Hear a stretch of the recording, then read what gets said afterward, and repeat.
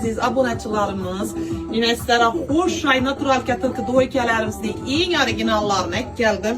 Ruşnaya rabota görünler. Birin kol işi. Paddelimiz natural kesem en kımmat natural kes materyalından tılkıladan bula. Karanglayına xillar geldi.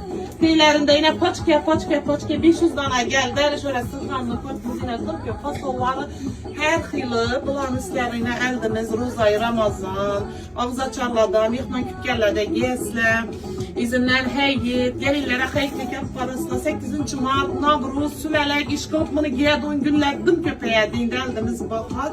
Şu için isterimini zor aksiye bakara koyup verecek mi? 380'den 350 satamız. Lekin başa kayıttan ise, başa kayıttan kıcalat ettirmişler. Şunası özüstlere zor bakala koyutturma ondan. Fakat aboneçilerimize Firuza Banu'ga patpisatsa olup gelip, yakılarını belgilep, samaniyotla oturup gelesine düşünmesenize, düşünen adamlar açsanıza gösterip veredi. Sizlere şuradan halagan naturalke duykelerimiz en originalı görüp alalarıyla savuşturup 280 bin sondan koyup veremen görünleyle. Bosa bolsun, sizlere bolsun, ne Firuza Banu'dan zor aksiye bakala bolsun. Hazreti Ali dinleyine xilları var. Renklerini üzeriniz görüp seylep alararası. Svetlerim dümküp hazır şöyle sığanınca astık.